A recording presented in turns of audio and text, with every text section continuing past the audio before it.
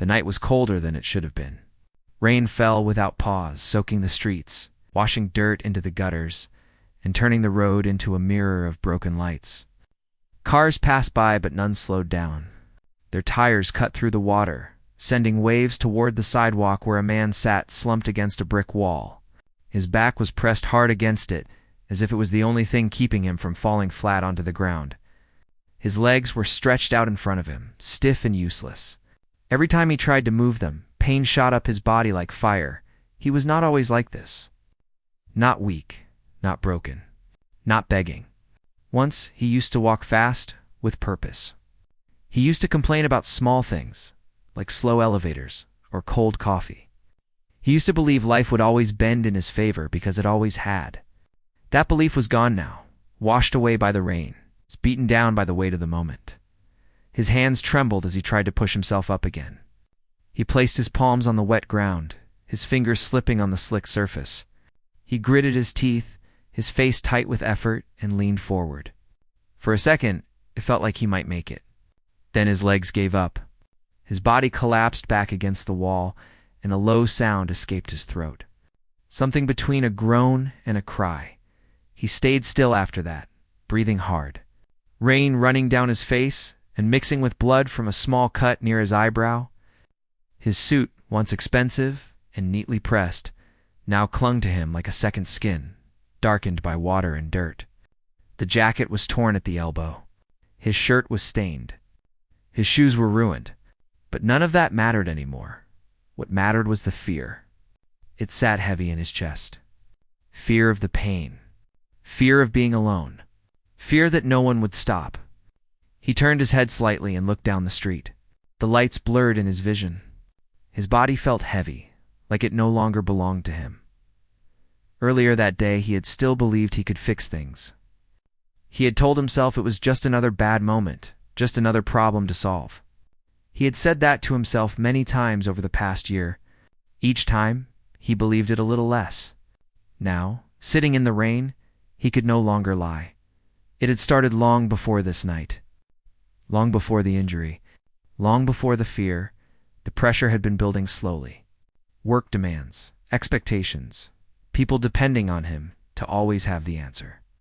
He had learned to hide stress behind confidence, to cover doubt with sharp words and quick decisions. He rarely asked for help. In his mind, needing help meant weakness, and weakness was something he could not afford. When things began to slip, he blamed everyone else. He blamed coworkers for not keeping up. He blamed systems for being unfair. He blamed luck for turning against him. He never once stopped to think that maybe he had pushed too hard, ignored too many warnings, treated too many people as tools instead of humans. The injury came on a day that already felt wrong. His body had been tired, his head heavy. Still, he pushed through. He always did.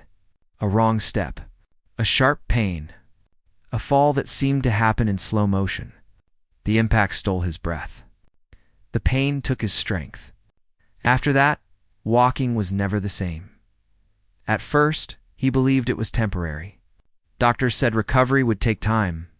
Time was something he did not feel he had. Bills did not wait. Responsibilities did not pause. People moved on. He tried to keep up even when his body begged him to stop. But the world does not slow down for injured men. It moves forward, and if you cannot keep pace, you are left behind. The job that once defined him slipped through his fingers. Not all at once. First came the reduced hours. Then the quiet conversations behind closed doors. Then the polite words that carried sharp meanings. Finally, the door closed. Without work, everything else began to fall apart. Savings disappeared faster than he expected. Friends became distant. Calls went unanswered. Messages stayed unread. Pride kept him from explaining how bad things were. He told himself he would handle it. He did not. By the time he found himself on that street, he had nowhere else to go. The pain in his legs had worsened. Walking more than a few steps felt impossible. He had tried to get help earlier that evening. He had asked strangers for directions. Some ignored him. Some looked uncomfortable and moved away. One person told him to sit down and wait. So he did. Now he waited in the rain, his body cold, his mind racing. He tried to stand again. He pressed his back harder into the wall, using it as support. His legs shook. The pain was unbearable. His knees buckled, and he slid down until he was sitting again. A sound escaped his lips. This time it was clear. "Please," he whispered, though no one was near enough to hear. The word surprised him. He had not planned to say it. It came from a place deep inside him, a place he had kept locked for years. He swallowed hard, his throat tight. Another car passed. Another splash of water. Still no one stopped. He bowed his head and laughed softly, not because anything was funny, but because the situation felt unreal. How had it come to this? How had a life built on control ended in complete helplessness? He thought of the choices he had made, the moments he had brushed people off, the times he had walked past others in need, telling himself someone else would help. He had believed he was different. He had believed he would never be the one sitting on the ground, soaked and scared. Now he was. Footsteps approached, slow and careful. He lifted his head, his heart jumping with a mix of hope and shame. A figure stood a few steps away, holding a worn umbrella. Under the dim streetlight, he could see a woman and a small child beside her. She looked tired. Not just physically, but the kind of tired that comes from years of carrying weight alone. Her coat was simple, her shoes worn but clean. She held the umbrella in one hand and the child's hand in the other. The child wore a bright raincoat that stood out against the dark street. They had stopped for a moment. No one spoke. Rain filled the silence. The man felt his chest tighten. He did not know what to say. His pride fought against his need. His mouth opened, then closed. He looked away, embarrassed, then back at them. "I can't walk," he said quietly. His voice cracked. "Oh, "Please, I can't stand up." The woman did not rush forward. She did not step back either. She looked at him carefully, taking in his condition, the injury, the fear in his eyes. Her grip on the child's hand tightened slightly. The child stared with wide eyes, saying nothing. "I don't want trouble," the man added quickly. I need help." The word help felt heavy. Saying it made his chest ache. The woman took a slow breath. In her mind, many thoughts moved at once. She had learned to be careful. The world had taught her that. She had responsibilities that could not be ignored. A child who depended on her. A life balanced on careful choices. But she also saw something familiar in the man's face. Not danger. Not deception. She saw fear. Real fear. The kind that does not come from wanting something, but from losing everything. She lowered the umbrella slightly, letting the rain touch her hair. "What happened?" she asked. He told her in broken pieces. About the fall. About the pain. About being unable to move. He did not mention his past success. It felt unimportant now. All that mattered was the present. As he spoke, his voice shook. Tears mixed with rain on his cheeks. He did not try to hide them. The woman listened. She did not interrupt. When he finished, she looked down at his legs, then back at his face. "You've been here long?" she asked. "I don't know," he said. "It feels like forever." She glanced down the street. The rain showed no sign of stopping. She looked at the child, then back at the man. The choice in front of her was not simple. Helping him would cost time. It would bring risk. It would make the night longer and harder. Ignoring him would be easier. She did not ignore him. "Don't move," she said. "I'll see what I can do." The relief that washed over his face was immediate. His shoulders dropped slightly. He nodded. She stepped back a little, pulling out her phone. As she made a call, the child moved closer to the man, curiosity overcoming fear. The man forced a small smile. "I'm sorry," he said softly, not sure who he was apologizing to. The woman finished the call and returned. "Help is on the way," she said. "It might take some time." "That's okay," he replied. "Thank you. Really." She nodded, then shifted the umbrella to cover him more than herself. The rain soaked her sleeve, but she did not pull it back. They waited together in the rain. A broken man. A tired mother. A quiet child. 3 lives crossing paths on a dark street. For the man, something inside him began to change. The fear was still there. The pain was still there. But for the first time that night, he was not alone. And for the woman, this was just another moment in a life full of difficult choices. She did not know yet how much this moment would matter. She only knew that walking away did not feel right. The rain continued to fall as the night stretched on. Unaware that a story had begun, one that would test strength, humility, and the quiet power of compassion. The rain did not stop that night. It softened a little, then grew heavy again, as if the sky itself could not decide whether to calm down or keep pouring everything it had. The street stayed quiet, broken only by the sound of distant traffic and the steady drip of water from the edge of nearby buildings. The man remained seated against the wall, his legs stretched out in front of him, his body tense but no longer shaking as hard as before. Pain was still there, sharp and constant, but now there was also something else, a sense that he was not invisible anymore. The woman stood near him, holding the umbrella in a way that covered his upper body more than her own. Her arm was already starting to ache, but she did not complain. The child leaned slightly into her side, eyes moving between the man's face and the rain on the ground. The child did not speak, but there was no fear in the small posture, only curiosity and quiet concern. Minutes passed slowly. The man tried not to move. Every shift sent pain through his legs, reminding him how fragile he was at that moment. He focused on breathing, in and out, slow and steady. He had learned that trick recently, during nights when pain made sleep impossible. He never imagined he would be using it on a sidewalk. "You cold?" the woman asked after a while. He nodded. A little, mostly tired. She reached into her bag and pulled out a thin scarf. Without making a big deal out of it, she draped it over his shoulders. It smelled faintly of soap. The simple act caught him off guard. He swallowed hard. "Thank you," he said. She nodded again, as if helping was the most natural thing in the world. To her, maybe it was. As they waited, his mind wandered. He found himself studying her face, the lines around her eyes, the way her jaw tightened when the wind blew colder. This was not a woman who had lived an easy life. That much was clear. Yet there was a calm strength about her, something steady that did not bend easily. People like her had always existed on the edges of his life before.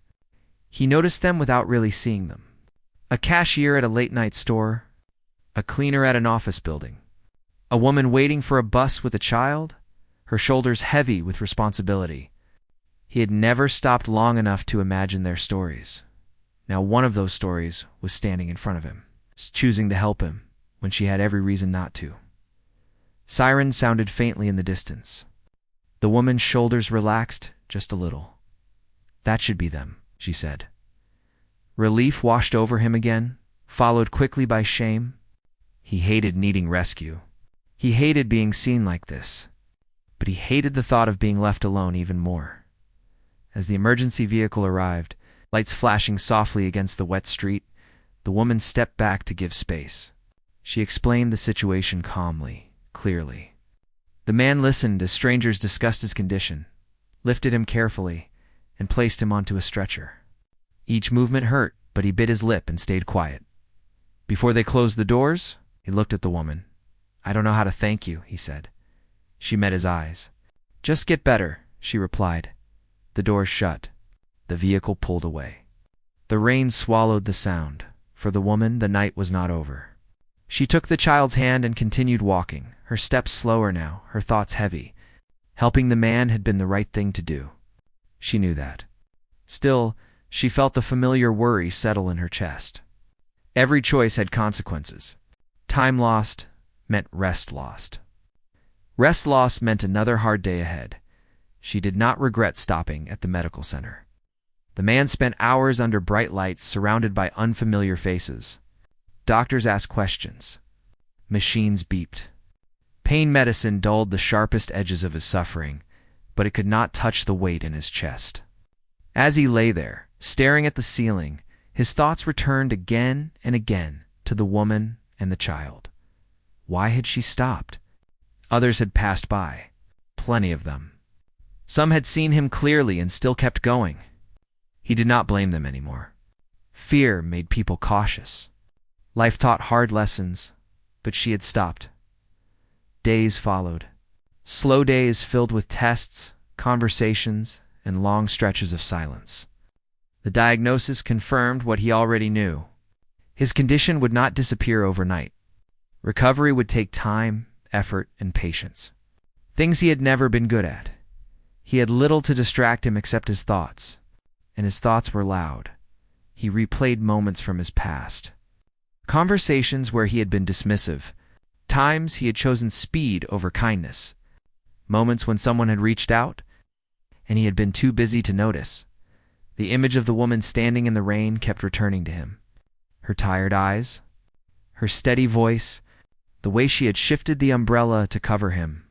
For the first time in a long while, he felt something close to gratitude without bitterness attached to it. After being released, he had nowhere to go. Temporary arrangements were made. Small rooms, hard beds, long nights. He learned what it meant to wait, to depend on schedules he did not control, to accept help without bargaining for power. One afternoon, as he struggled to move from his bed to a chair, there was a knock at the door. When it opened, he saw the woman. She stood there with the same simple coat, the same calm expression. The child peeked out from behind her leg. "I hope this is okay," she said. "I asked around and found out where you were." He stared at her, stunned. Then he smiled, a real smile this time. "It's more than okay," he said. "It's good to see you." She stepped inside. The room felt smaller with 3 people in it, but warmer somehow. She asked how he was doing. He answered honestly, "Not well, not terrible." Somewhere in between, she listened. They talked for a long time. About small things. About the weather. About the child's school. About the way life had a habit of knocking people down when they least expected it. She did not ask about his past. He did not offer it. The present was enough. Before leaving, she placed a small bag on the table. Food. Simple, homemade. "Nothing fancy. I thought you might need this," she said. He watched her go, emotion tightening his throat again. As days turned into weeks, she returned. Not every day. She had her own life to manage, but often enough that he began to look forward to it. Her visits brought more than food. They brought conversation, connection, a reminder that he mattered. Through her, he saw a different way of moving through the world. She spoke of responsibility not as a burden, but as a reason to keep going. She talked about exhaustion without bitterness. She laughed easily, even when things were hard. He began to understand that strength did not always look like control or success. Sometimes it looked like showing up again and again, even when you were tired. The child grew comfortable around him, asked questions, made observations that were simple and honest. Those moments reminded him of a time before ambition had taken over his life. Slowly, very slowly, something inside him shifted. He stopped measuring his worth by what he had lost. He started measuring it by what he could still learn. One evening, after the woman had left, he sat alone and thought about the night they met. He realized that if she had not stopped, his story might have ended there on the sidewalk. That thought stayed with him. It did not fill him with fear anymore. It filled him with purpose. He did not know yet how he would move forward. He did not know what shape his future would take. But he knew one thing for certain. He would not forget the woman who saw him when he was weak, broken, and begging.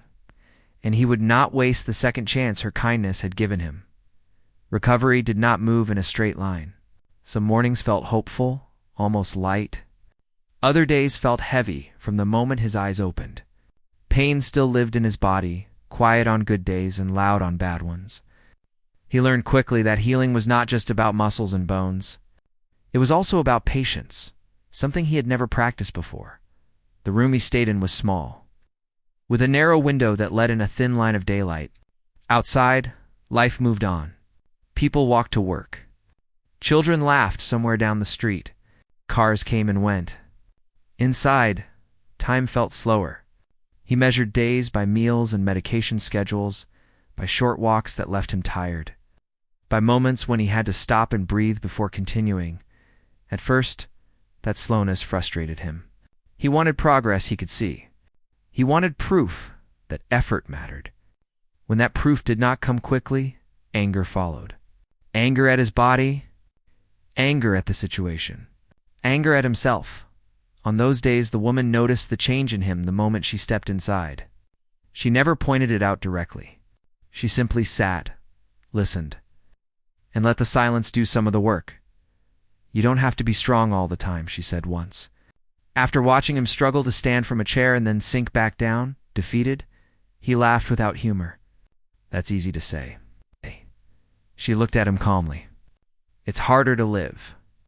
Her words stayed with him. He began physical therapy soon after.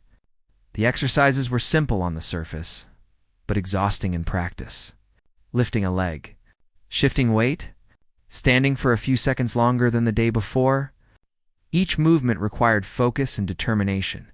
There were moments when his body refused to cooperate, when his legs shook and gave out without warning. During one session, frustration finally broke through.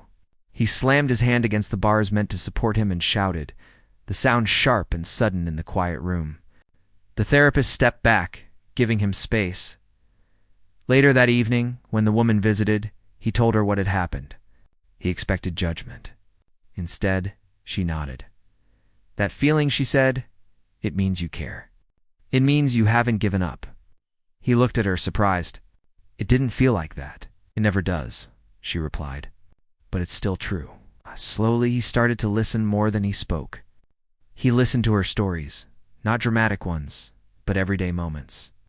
Early mornings, long shifts, missed sleep, small victories that no one else noticed. Through her words, he saw a life shaped by responsibility and quiet determination. He began to understand that his pain, while real, was not the only kind that existed. One afternoon, the child sat on the floor near his chair, drawing with crayons. The pictures were simple: house, a stick figure holding another smaller hand, a sun in the corner. "That's you," the child said, pointing to one of the figures. He smiled, touched. "What am I doing?" "Standing," the child replied confidently. The word stayed with him long after they left. Standing as weeks passed. Progress came in small pieces. He could move more steadily. He could walk a little farther without stopping. Each step felt like a quiet victory.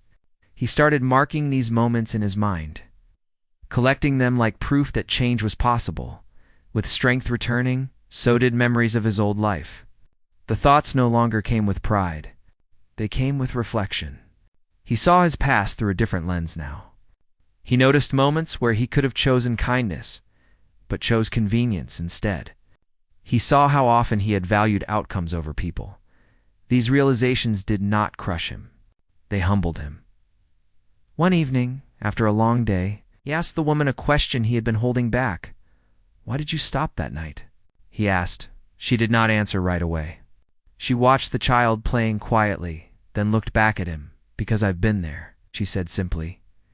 He waited. "Not on that street," she continued, "but in that place, where everything feels like it's falling apart and you don't know if anyone sees you." Her honesty hit him harder than any lecture could have.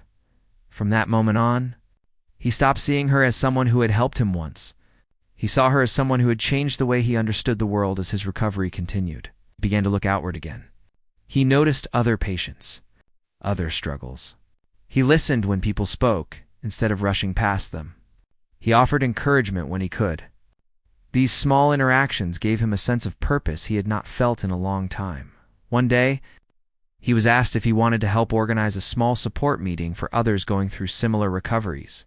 The old him would have dismissed the idea as beneath him. The new him agreed without hesitation. That first meeting was awkward and quiet. People sat with guarded expressions, unsure of what to say. He spoke honestly about his fears and failures. Slowly, others opened up. By the end, there was a sense of shared understanding in the room. When he told the woman about it, she smiled. "Sounds like you found something," she said. "I think I did," he replied. He did not realize then that this moment marked another turning point. Helping others helped him heal in ways therapy alone could not. The child noticed the change too. "You laugh more now," the child said one day. He laughed again, this time for real. Recovery continued. The days were still hard, but they were no longer empty. Each one carried meaning. Each one carried movement forward, even when it was slow. He did not know what the future held. He did not need to. For now, it was enough to keep standing, one step at a time, supported by lessons learned. The hard way and kindness he would never forget. Change did not announce itself with noise or celebration. It arrived quietly, in moments so small they could easily be missed. One morning he realized he had stood up without thinking about it first. The movement felt natural, almost normal. The thought surprised him more than the action itself. He stood there for a few seconds, steady, breathing evenly, then sat back down. His heart beating fast with something close to disbelief. He did it again later that day. And the next, the body still hurt, still resisted at times, but it no longer felt like an enemy. It felt like something learning again, slowly remembering how to work. Each step he took felt less like a struggle and more like a quiet agreement between effort and patience. With physical strength returning, another kind of weight surfaced, the kind that lived in the chest, the kind that came from looking back. He found himself thinking often about the woman, about how steady she had been from the beginning, how she never spoke about sacrifice as if it made her special. She simply did what needed to be done and moved on. Watching her live that way changed him. One afternoon, as they sat together, he asked her about her life before the child. She paused, not because she didn't want to answer, but because the answer carried history. "It wasn't easy," she said, "but it taught me what matters." He nodded. He understood that now. As weeks turned into months, the support meetings grew. More people came. Some stayed quiet. Some spoke openly. He listened to all of them. He learned that pain wore many faces and that everyone carried something unseen. One evening, after the room had emptied, he stayed behind, stacking chairs slowly. His legs ached, but the ache felt earned. He smiled to himself.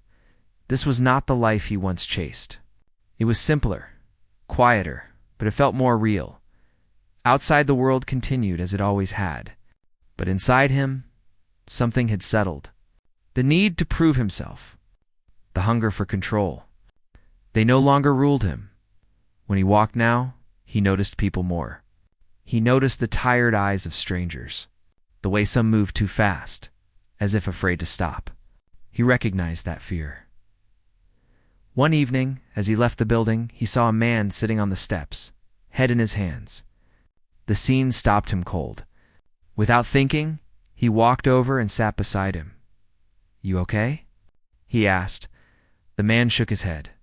He stayed. Later, when he told the woman about it, she listened quietly. Then she smiled just a little. "Looks like the story keeps moving," she said. He realized then that this was not just about recovery. It was about responsibility. About what you do after someone helps you up. The child, older now, watched him walk one day and clapped softly. "You're strong," the child said. He felt his throat tighten. "So are you." Life did not suddenly become easy. Challenges remained. Money was still tight. The future was still uncertain. But fear no longer controlled him. He had learned something important. Strength was not about standing above others. It was about standing with them. The morning he walked outside alone, without assistance, without fear, felt different from any other morning he could remember. The air was cool, clean, and quiet. Not dramatic. Not loud, just honest. He stood for a moment on the steps, letting the feeling settle into his body. His legs held him steady. His balance felt natural. The pain that once ruled his movements had faded into a distant reminder, no longer in control. He took a step forward. Then another. Each step carried weight, not physical, but emotional. Every movement reminded him of where he had been: the wet sidewalk, the cold wall, the fear that had wrapped itself around his chest like a trap. That memory never left him, but it no longer hurt the same way. Now it guided him. Life did not return to what it once was. It became something else, something quieter, something deeper. He no longer chased the version of himself that needed applause or power. He woke up early, not because he had to prove anything, but because the day mattered. He worked where he could. He helped where he was needed. Some days were still hard. Money did not magically appear. Problems did not disappear. But he faced them differently now. He learned to ask for help without shame. He learned to listen without waiting to speak. These changes did not come overnight. They came slowly, shaped by the woman who had shown him what real strength looked like. She never acted like a hero. She never expected recognition. She continued her life the same way she always had. Early mornings, long days, quiet sacrifices. But something had changed for her too. The child noticed it first. "You smile more," the child said one afternoon. She paused, surprised. Then she smiled. "I think you're right," she replied. Their lives crossed more often now, not out of need but choice. Shared meals, simple conversations, moments that felt ordinary but carried meaning. One evening, as they sat together, he spoke words he had carried for a long time. "I don't think I would be here if you hadn't stopped that night," he said. She looked at him carefully. "You would have found another way," she said. "Maybe," he replied, "but I'm glad it was you." Time passed. The support meetings grew into something more organized. A small network of people helping each other through recovery, through loss, through rebuilding. He did not lead them. He stood among them. That mattered to him. One rainy evening, much like the one where everything had begun, he walked past the same street, the same wall, the same corner. The memory rose up again, clear and sharp. He stopped. For a moment, stood there in silence, rain touching his face. Not cold this time, but familiar. He closed his eyes and took a deep breath. Then he kept walking, not away from the memory, forward from it. The story did not end with success or wealth. It ended with dignity, with gratitude, with a quiet understanding that life could break you and still leave room for healing. He was no longer weak. He was no longer broken, and he would never forget the night a single mother saw him when no one else did. Life did not pause once the hardest part was over. It kept moving, steady and quiet, asking for attention in small ways.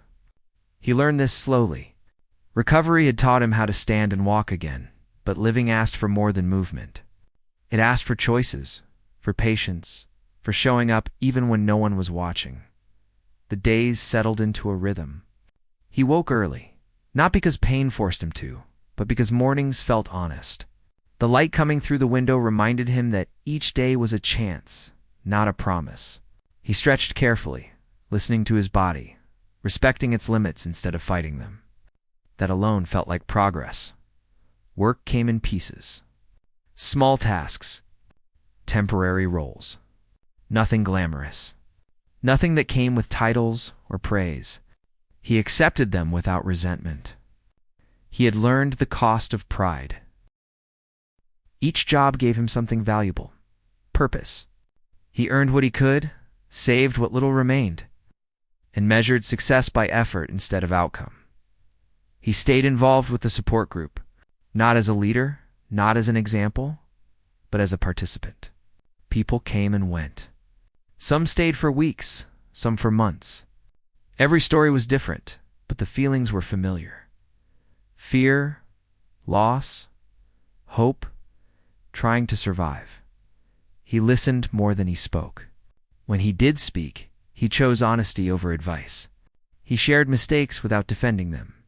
People trusted that outside those meetings, his connection with the woman and her child continued naturally. No promises. No expectations. Just presence. Sometimes they shared meals. Sometimes they sat in silence. The child asked questions that were simple and sharp, the kind that adults often avoid. Why do people wait until something bad happens to change? The child asked once. He thought for a moment. Because change is scary, he said, and pain makes it impossible to ignore. The woman watched quietly. She did not interrupt. Later she told him she appreciated how he spoke to the child. You don't pretend, she said. That matters. He carried those words with him. One afternoon he crossed paths with someone from his past. The meeting was brief, awkward. Old expectations hovered in the air, but they no longer fit. He felt no anger. No need to explain himself. When they parted, he felt lighter. Not because the past was erased, but because it no longer defined him. He walked home that day with a calm he had never known before. The memory of the night on the street still returned, especially when it rained. He did not push it away. He let it remind him of where he came from and why kindness mattered. As time passed, he began volunteering regularly, helping others navigate recovery and uncertainty. He did not see it as repayment. He saw it as continuity. Kindness had reached him. Now it moved through him. One evening, after a long day, he sat alone and reflected. He thought about weakness, about how wrong he had been to fear it. Weakness had opened the door to growth. Broken moments had made space for connection. He understood now that being strong did not mean standing alone. It meant standing ready to help someone else up. The story did not end. It continued quietly. One ordinary day at a time, the seasons changed without asking permission. One day the air felt warm again, carrying the smell of dust and leaves, and he realized how much time had passed since the night everything broke apart. He did not mark the day on a calendar. He felt it in his body, in the way movement no longer demanded full attention, in the way his thoughts no longer rushed to defend themselves. He had learned how to live with the past without letting it lead him. That did not mean forgetting. Forgetting felt dishonest. It meant remembering with balance. The memory of weakness no longer embarrassed him. It grounded him. His days were full in a quiet way. He worked early hours, returned tired but satisfied, cooked simple meals, and rested when needed. He no longer ignored signs from his body. Pain, when it appeared, was treated with care instead of anger. He understood now that listening was a form of respect. The support group continued to meet. Faces changed. Stories changed. The pattern remained. People arrived carrying fear and left carrying a little less of it. He did not try to fix anyone. He stayed present. Presence turned out to be enough more often than he expected. One evening, a man stayed behind after everyone else left. His hands shook slightly as he spoke. The fear in his voice sounded familiar. The memory hit him hard. He listened carefully, choosing his words slowly. You don't have to solve everything tonight, he said. Just don't give up on tomorrow. The man nodded, tears quiet, shoulders easing just a little. When he walked home that night, the streetlights reflected softly on the road. Rain had fallen earlier, but the ground was drying. He noticed how different it felt now. The same kind of street, a different feeling entirely. His connection with the woman remained steady. They did not label it. They did not rush it. Life had taught both of them patience. Sometimes they talked about the future. Sometimes they talked about nothing at all. Both felt important. The child grew taller, louder, more curious. Questions came quickly, one after another. He answered honestly when he could, and admitted when he didn't know. The child respected that. One afternoon, while walking together, they passed a person sitting on the sidewalk, looking lost. The moment slowed. He felt the familiar pull in his chest. Without a word, he stopped. The woman stopped too. They helped in small ways. Water, conversation, direction, nothing dramatic. Just enough later as they walked away, the child asked, "Is this why you walk slower now?" He smiled. "Yes," he said. "So I don't miss people." The answer felt true. That night, alone, he reflected on how far he had come. Not in distance, but in understanding. He had once believed success was about being ahead. Now he knew it was about being aware. Life still tested him. Unexpected bills, long days, moments of doubt, but those moments no longer defined him. He faced them with steadiness instead of panic. The night he once feared had become a teacher. The woman who stopped had become a mirror. The pain that broke him had shaped him. He slept peacefully, knowing that tomorrow would bring its own challenges, and that he was ready to meet them, not as someone untouched by struggle, but as someone shaped by it. Time has a quiet way of testing what people learn. Not all lessons stay. Some fade when life becomes comfortable again. He was aware of that risk, even as his days grew steadier. He did not want to forget what pain had taught him, but he also did not want to live inside it. The balance took effort. The work he did now was simple and honest. It did not come with praise or status, but it filled his days with meaning. He showed up early, left tired, and slept well most nights. That alone felt like a gift. He had learned that peace was not found in escape, but in routine done with care. There were moments when the old thoughts tried to return, moments when impatience whispered that he could be more, faster, louder. When that happened, he slowed down. He breathed. He remembered the wall, the rain, the fear. The memory did not punish him. It guided him. The woman remained a steady presence in his life. Their conversations deepened, not through grand confessions, but through shared understanding. They talked about responsibility, about fatigue, about hope that did not depend on perfect outcomes. She never tried to change him. She did not need to. Growth had already taken root. The child watched everything with sharp attention. One day, while they sat together, the child asked, "Do people always get a second chance?" He considered the question carefully. "No," he said honestly, "but people can become a second chance for each other." The child nodded, satisfied. The support meetings continued. Though he stepped back more often now, allowing others to speak, he had learned when to lead and when to listen. Both mattered. Watching others find their footing reminded him that recovery did not end. It evolved. One evening, a storm rolled in unexpectedly. Heavy rain? Loud wind. He stood by the window and watched the street darken. The sound brought memories rushing back. His body tensed for a moment, then relaxed. He put on his coat and stepped outside. The rain hit his face, cold and familiar. He walked slowly, deliberately, feeling the ground beneath his feet. When he reached the old street, he stopped. The wall was still there, unchanged, silent. He placed his hand against it, not in fear, but in respect. "Thank you," he whispered, not to the wall, but to the moment that had changed everything. He turned and walked home. Life did not promise ease. It never had. What it offered now was clarity.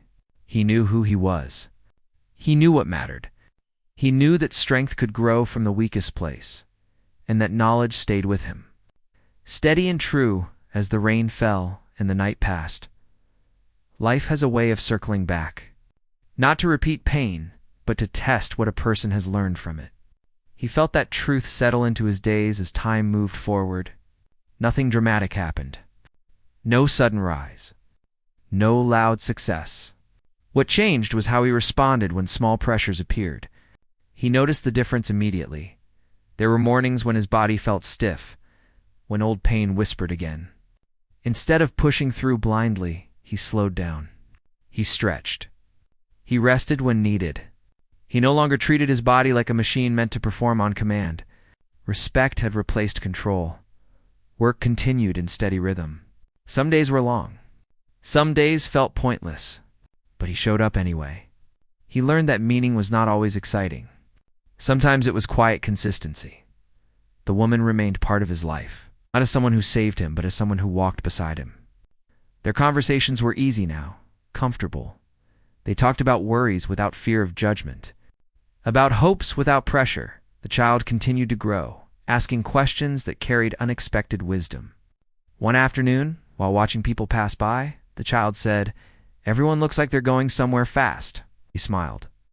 "Some are running from something," he said. "Some are chasing something. Very few are just being where they are." The support group changed again. New faces arrived. Old ones moved on. He watched people take their first steps toward healing and remembered his own fear. That memory kept him gentle. One evening, a storm rolled through. The sound of rain against windows pulled him back to that first night. His chest tightened, but only for a moment. He breathed through it. He stayed present. Later, as the rain slowed, he stepped outside. The street glistened under the lights. He walked slowly, feeling grounded. He realized that the fear once tied to rain had loosened its grip. That realization felt like freedom. He thought often about how easy it would have been to harden after what he went through, to close himself off. Instead, he had chosen openness. That choice required courage every day.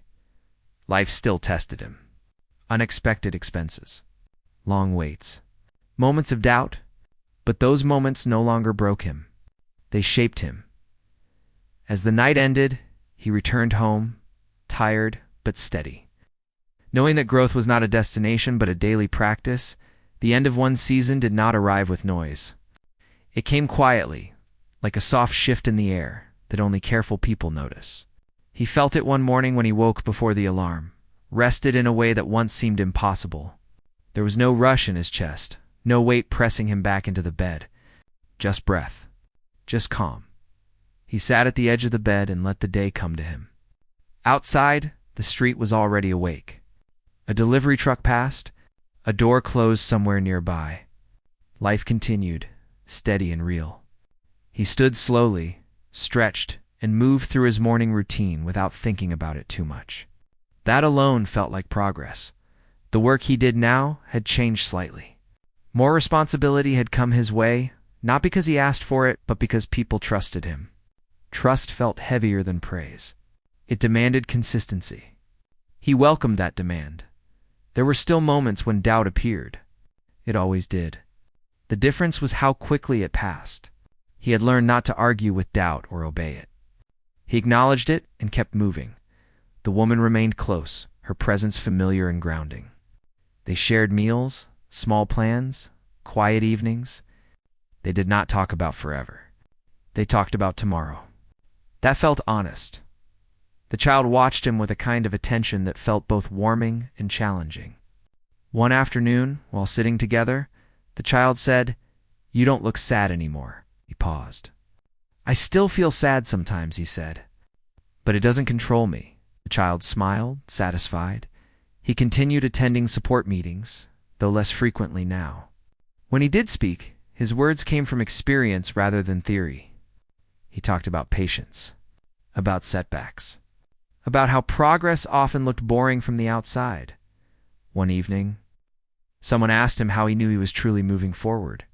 He thought carefully before answering. "I stopped needing to prove anything," he said, "to myself or anyone else." That answer stayed with him. As weeks passed, he noticed how differently he moved through the world. He made eye contact more easily. He listened more than he spoke. He no longer rushed past moments that mattered. One night, walking home under familiar streetlights, he paused at the corner where everything had once fallen apart. The place looked ordinary now. Just pavement. Just a wall. No fear attached. He stood there briefly, then continued walking. At home, he rested, feeling the quiet satisfaction of a life rebuilt slowly, honestly, without shortcuts. He knew there would be more challenges ahead. Life never stopped testing people. But he also knew he would meet those challenges with steadiness. He was no longer weak in the way he once feared. He was no longer broken beyond repair. He no longer begged for understanding. He had learned to stand, to wait, to grow. And that, he understood, was enough. The year turned without ceremony. No countdown, no celebration. Just another morning where the light came in at a different angle. He noticed that first. Light had become something he paid attention to now. How it landed on the floor, how it softened the edges of the room, how it reminded him that time moved forward whether he resisted or not. He woke early and stayed still for a few minutes. Listening to the quiet, his body felt older but stronger in a way that mattered. Not fast, not sharp. Strong in patience. Strong in knowing when to stop. The routine that once saved him had become second nature. Work, rest, simple meals, small conversations. He did not search for excitement. He had learned that stability was not boring when it was earned. There were new responsibilities at work now. Not higher rank, but deeper trust. People came to him with problems they did not know how to explain. He listened carefully. He did not rush to respond. He asked questions that helped them hear themselves. At first, this surprised him. He never imagined becoming someone others leaned on. He remembered clearly the days when he could barely hold himself together. That memory kept him humble. The woman remained close, their bond steady and quiet. They shared space without pressure. Some evenings were spent talking. Others passed in silence. Both felt full. The child continued to observe everything. One night, while they sat together, the child asked, "Why do people pretend they're okay?" He thought for a long moment.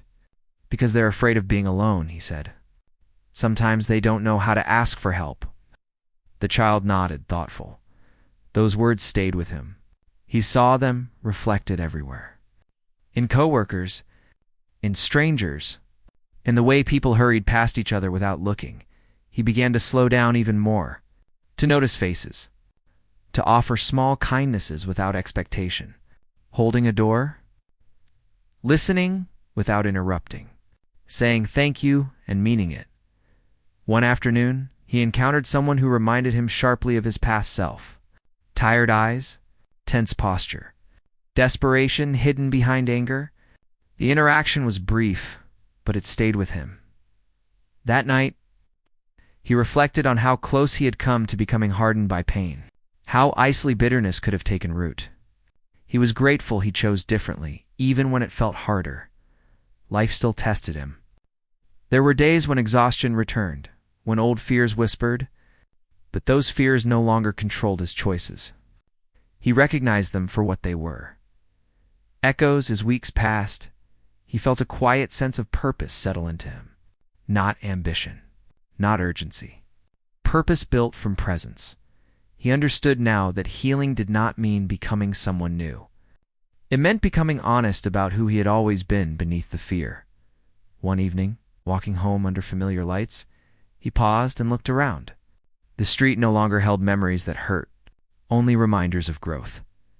He continued walking, steady and calm, carrying forward the understanding that strength was not loud, that change did not need an audience, and that a life rebuilt slowly could be just as powerful as one rebuilt in a rush. Time did not slow down, but his relationship with it changed. He no longer chased days or tried to outrun them. He moved with them. Morning came, and he welcomed it without resistance. Night arrived, and he allowed rest without guilt.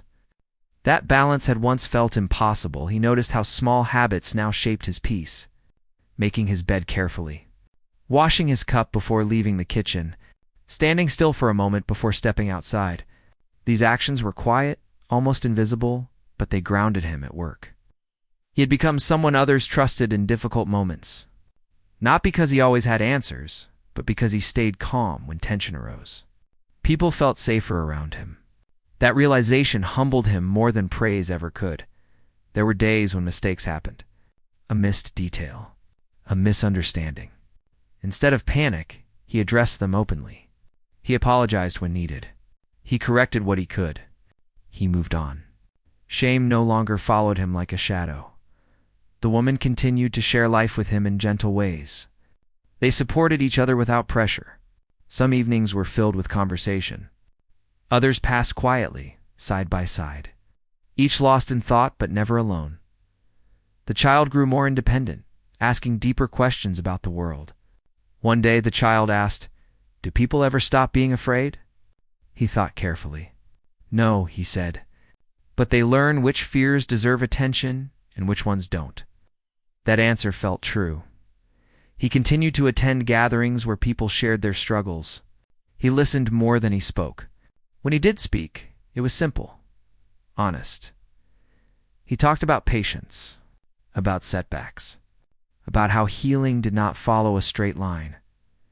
One afternoon, while walking alone, he passed the place where he once felt completely broken. It looked ordinary now, the ground dry, the wall quiet. He did not stop. He did not need to. That moment made him smile. Life still offered challenges. Unexpected expenses. Long days. Moments of fatigue. But none of these felt like threats anymore.